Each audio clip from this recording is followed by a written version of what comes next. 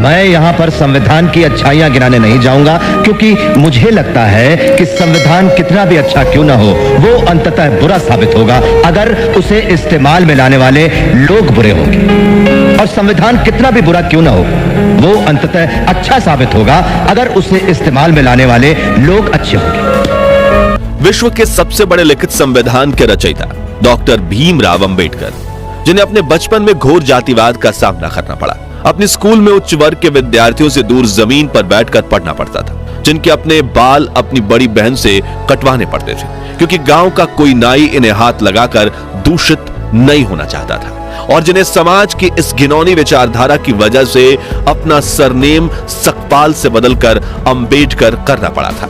फिर भी वो इतनी शिक्षा प्राप्त कर चुके थे कि उन्हें भारत का सबसे ज्यादा पढ़ा लिखा व्यक्ति माने जाने लगा।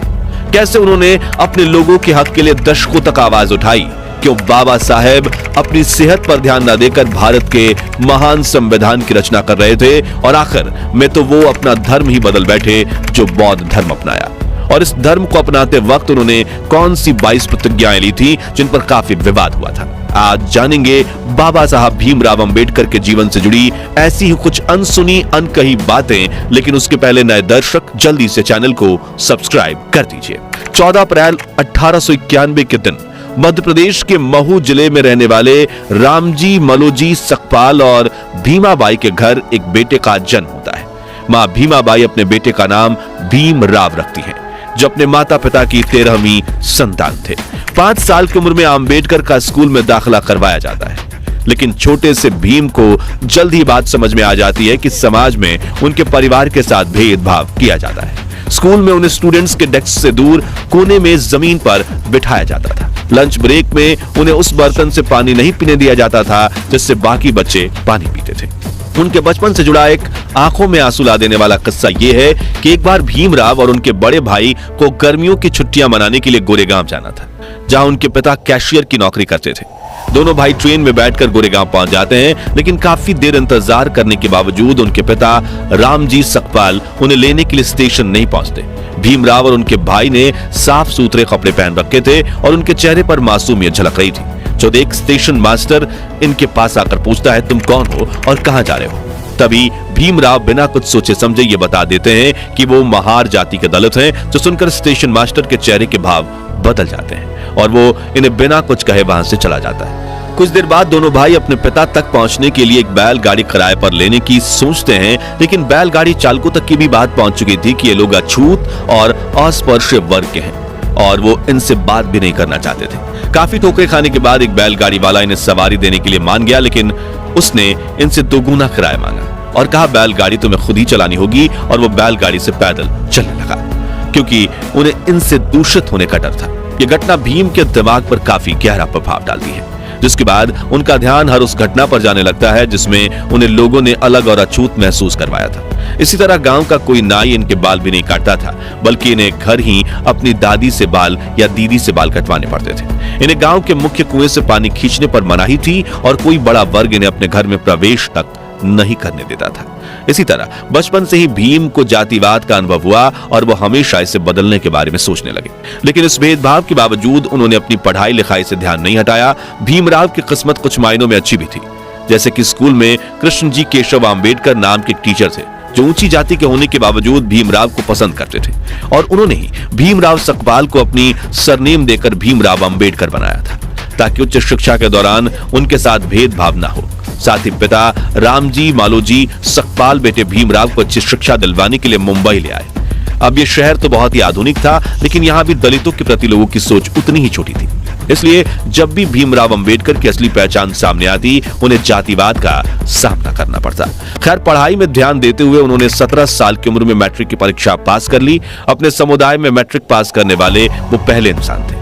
इसी साल भीमराव की शादी रामाबाई से करवा दी गई, मगर शादी के बाद भी भीम ने पढ़ाई जारी रखी और अगली इंटरमीडिएट परीक्षा डिस्टिंक्शन के साथ पास की। लेकिन अब उन्हें आगे पढ़ने के लिए उनके पिता के पास पैसे नहीं थे, लेकिन वो कहते हैं ना, जहां चाह होती है वहां राह होती है। और भीमराव अंबेडकर के जीवन में चमत्कारिक घटनाओं का घटना शुरू हो गया। आपको बता दें कि जब बड़ोदरा के महाराज ने उन्हें पढ़ने के लिए स्कॉलरशिप दी, जिससे उन्होंने न सिर्फ बीए की पढ़ाई पूरी की बल्कि 1913 में उन्होंने अमेरिका जाकर यूनिवर्सिटी ऑफ कोलंबिया से मास्टर्स में दाखिला लिया। 2 साल में उन्होंने एमए की पढ़ाई पूरी की और अगले ही साल अपनी पीएचडी थीसिस भी पूरी कर ली, जिसके बाद भीमराव लंदन चले गए, जहां उन्होंने London school of economics join किया। लेकिन स्कॉलरशिप पूरी हो जाने की वजह से वो अपनी पढ़ाई पूरी नहीं कर पाए और बड़ौदा वापस लौट आए, जहां उन्होंने सिविल ऑफिसर का पद हासिल कर लिया। लेकिन यहां भी जातिवाद ने उनका पीछा नहीं छोड़ा और भेदभाव के चलते उन्होंने नौकरी छोड़ दी। 1918 में भीमराव बॉम्बे के सिडेनहम कॉलेज में लेक्चरर बने। साथ ही उन्होंने दलितों की आवाज दुनिया तक पहुंचाने के लिए मराठी अखबार मुक नायक की भी शुरुआत की, क्योंकि अपने धर्म की वजह से वो इतनी ठोकरें खा चुके थे कि अब उन्हें समझ आ रहा था कि अब अपना हक पाने के लिए उन्हें आवाज उठानी पड़ेगी। इसी बीच कुछ समय लंदन जाकर उन्होंने वकालत में अपनी पढ़ाई पूरी कर ली थी। इस तरह वो अपने जमाने के भारत के संभवतः सबसे ज्यादा पढ़े लिखे व्यक्ति बन चुके थे। डॉक्टर भीमराव बाबा साहब अंबेडकर को शुरू से ही पढ़ाई से काफी लगाव था, इसलिए उनके पास भारत की सबसे बड़ी पर्सनल लाइब्रेरी हुआ करती थी। मशहूर लेखक जॉन गुंथर अपनी किताब इनसाइड एशिया में लिखते हैं कि जब 1938 में मेरी राजगृह में अंबेडकर से मुलाकात हुई थी, तब उनके पास 8000 किताबें थी और उनकी मृत्यु तक यह संख्या बढ़कर 35,000 तक पहुंच चुकी थी। डॉक्टर भीमराव अंबेडकर के निकट सहयोगी रहे शंकरानंद शास्त्री भी अपनी किताब में लिखते हैं कि मैं 20 दिसंबर 1944 की दोपहर 1 बजे अंबेडकर से मिलने उनके घर गया। उन्होंने मुझे अपने साथ जामा मस्जिद इलाके में चलने के लिए कहा, जो उन दोनों पुरानी किताबों को खरीदने का अड्डा हुआ करता था। जब हम वहां पहुंचे तो लोग उनके चारों तरफ इकट्ठा होने लगे, लेकिन इस भीड़ में भी उन्होंने विभिन्न विषयों पर तकरीबन 2 दर्जन किताबें खरीदी। यहाँ एक दिलचस्प बात यह है कि किताबों का इतना बड़ा संग्रह होने के बावजूद वो अपनी किताबें किसी को पढ़ने के लिए उधार नहीं देते थे। किताबें मांगने वाले व्यक्ति को वह मुंह पर कह देते थे कि अगर आपको किताबें पढ़नी है तो मेरे पुस्तकालय में आइए। किताबों के प्रति उनकी भक्ति इस हद तक थी कि वो जैसे ही घर पहुंचते अपने पुस्तकालय में चले जाते। उनके पास कपड़े बदलने का समय तक नहीं होता था, फिर वो एक पुस्तक चुनकर पढ़ने बैठते थे। उनके अनुयायी बताते हैं कि रात में अंबेडकर अपनी पढ़ाई में इतना खो जाते थे कि उन्हें बाहरी दुनिया का कोई ध्यान नहीं रहता था। अंबेडकर जी अपने स्टूडेंट्स से कहते थे कि तुम्हारे पैरों में जूते भले ना हो, लेकिन तुम्हारे हाथों में किताब अवश्य होनी चाहिए। खैर, बाबा साहब अंबेडकर की लाइफ जर्नी पर वापस आए तो वर्ष 1924 में उन्होंने बहिष्कृत हिताकरणी सभा के नाम से एक एसोसिएशन की शुरुआत की, जिसका काम दलित विद्यार्थियों के लिए हॉस्टल, स्कूल और मुफ्त लाइब्रेरी स्थापित करना था। साथ ही वो कई सभाओं में हिस्सा लेकर दलितों की समानता को लेकर सवाल उठाने लगे। फिर चाहे 1972 का महार सत्याग्रह हो, गोलमेज सम्मेलन हो या फिर संविधान सभा में दलित अधिकारियों के लिए आवाज उठाना हो। इस बीच उन्होंने ये बात नोटिस करी कि महार जाति जिस हिंदू धर्म को मानती है, उसी धर्म की बाकी जातियां उनके साथ अछूत व्यवहार करती है। इसलिए उन्होंने 13 अक्टूबर 1935 के दिन नासिक में आयोजित एक सभा में उन्होंने ये घोषणा की कि वो हिंदू धर्म छोड़ने का फैसला ले चुके हैं। पहले तो महार जाति के कुछ लोगों को झिझक हुई, लेकिन 1936 में बाबा साहब ने महार सम्मेलन में मुक्ति कोण पथे यानी मुक्ति क्या है नाम से एक भाषण दिया, जिसमें उन्होंने तर्क के साथ समझाया कि दलितों को अपना धर्म परिवर्तन क्यों करना चाहिए। लेकिन अगले 20 साल तक वो ये तय नहीं कर पाए कि उन्हें कौन सा धर्म अपनाना चाहिए। शुरुआत में बाबा साहब का झुकाव इस्लाम धर्म की ओर था, फिर उन्हें आर्य समाज और सिख धर्म अपनाने का भी सुझाव दिया गया, जिसके बाद उन्होंने ईसाई धर्म के इतिहास को समझने की कोशिश की और दुनिया के कई धर्म तलाशे। लेकिन फिर 1955 में उन्होंने बौद्ध धर्म अपनाने का फैसला लिया। लेकिन उन्होंने बौद्ध धर्म ही क्यों चुना? तो इस सवाल का जवाब उन्होंने खुद अपने article Buddha and the future of his religion में दिया है, जिसमें उन्होंने लिखा है कि हिंदू, ईसाई, इस्लाम और बौद्ध धर्म की गहरी तुलना करने के बाद कहा कि बुद्ध किसी ईश्वर के पुत्र, पैगंबर या खुद ईश्वर नहीं बल्कि एक इंसान होने का दावा करते हैं। उन्होंने एक इंसान के रूप में ही अपने धर्म का प्रचार प्रसार किया। साथ ही गौतम बुद्ध ने कभी भी चमत्कार या अलौकिक शक्ति का दावा नहीं किया और इससे काफी ज्यादा वो प्रभावित हुए। इसके अलावा बौद्ध धर्म में बाबा साहब को बाकी धर्मों से ज्यादा तार्किकता और गलती करने की गुंजाइश भी दिखी। इसके अलावा उन्होंने अपने इस लेख में कई बातों का उल्लेख किया है, जिसे आप गूगल सर्च करके डिटेल में पढ़ सकते हैं। खैर, बाबा साहब के इस लेख पर भी काफी सवाल खड़े हुए थे और बाकी धर्मों के लोग उनसे खफा भी हो गए थे, लेकिन उन्होंने अपना धर्म बदलने का फैसला लिया था। इसलिए 14 अक्टूबर 1956 के दिन बाबा साहब आम्बेडकर अपने 3,65,000 समर्थकों के साथ नागपुर में पूरे विधि विधान से बौद्ध धर्म को अपना चुके थे। इस दौरान उन्होंने 22 ऐसी प्रतिज्ञाएं ली थी जिन पर पूरे देश में विवाद हुआ था। साथियों, ये प्रतिज्ञाएं सही हैं या गलत, ये तय करना हमारा फैसला नहीं है और ना ही हम इसके समर्थन में हैं या इसके खिलाफ हैं, बल्कि हमारा काम आपको सिर्फ इतिहास के बारे में बताना है। तो चलिए उनमें से कुछ प्रतिज्ञाओं के बारे में जानते हैं। मैं ब्रह्मा, विष्णु और महेश में ना विश्वास रखूंगा और ना पूजा करूंगा। मैं राम और कृष्ण जो भगवान माने जाते हैं उनमें आस्था नहीं रखूंगा। मैं गौरी और गणपति और अन्य देवी देवताओं में आस्था नहीं रखूंगा। मैं भगवान के अवतार में विश्वास नहीं करता। मैं कभी नहीं मानूंगा कि भगवान बुद्ध विष्णु के अवतार थे।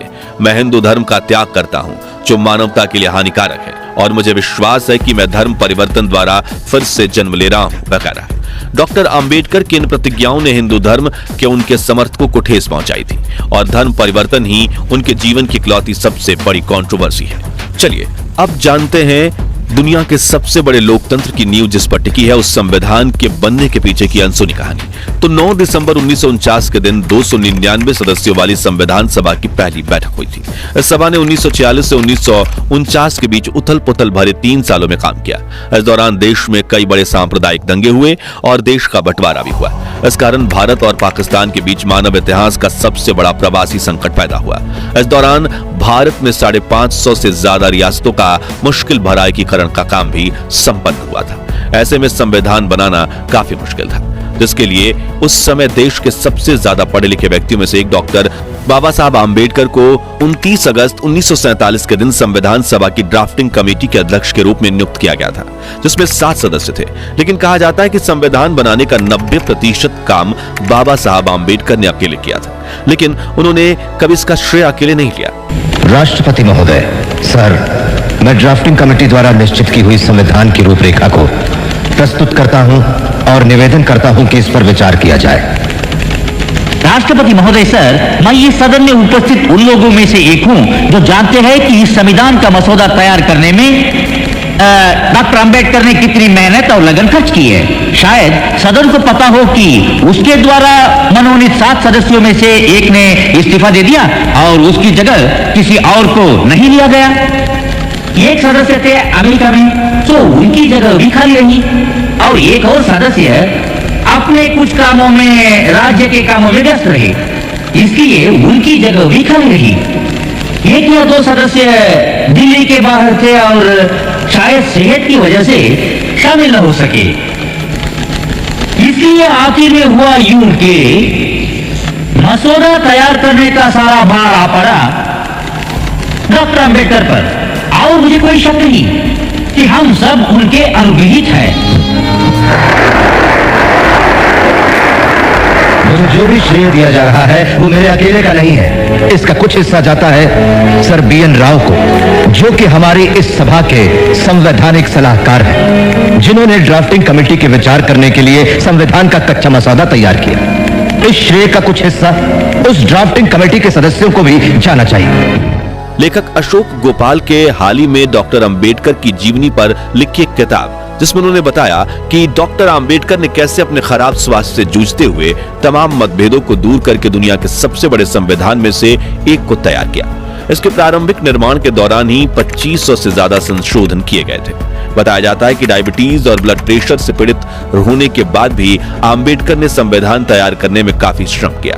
संविधान सभा में लगभग 100 दिनों तक खड़े होकर उन्होंने धैर्यपूर्वक हर खंड को समझाया और 26 नवंबर 1949 को भारत का संविधान पारित किया गया और अपनाया गया। इस दिन को संविधान दिवस या राष्ट्रीय कानून दिवस के रूप में जाना जाता है, जिसके अगले साल यानी 26 जनवरी 1950 के दिन भारत में दुनिया के इस बड़े संविधान को लागू किया गया। इसलिए 26 जनवरी को हम गणतंत्र दिवस के रूप में मनाते हैं। संविधान निर्माण के कुछ साल बाद डॉक्टर राजेंद्र प्रसाद ने स्वीकार किया कि अंबेडकर ने संविधान के कुशल पायलट की भूमिका निभाई। वहीं 6 दिसंबर 1956 के दिन बाबा साहब के निधन के बाद प्रधानमंत्री जवाहरलाल नेहरू ने भी कहा था कि संविधान बनाने में डॉक्टर अंबेडकर से ज्यादा ध्यान किसी ने नहीं दिया और न ही किसी और ने उतनी परेशानी उठाई। तो दोस्तों, ये थी बाबा साहब भीमराव अंबेडकर के जीवन की कुछ अनकही अनसुनी कहानियां।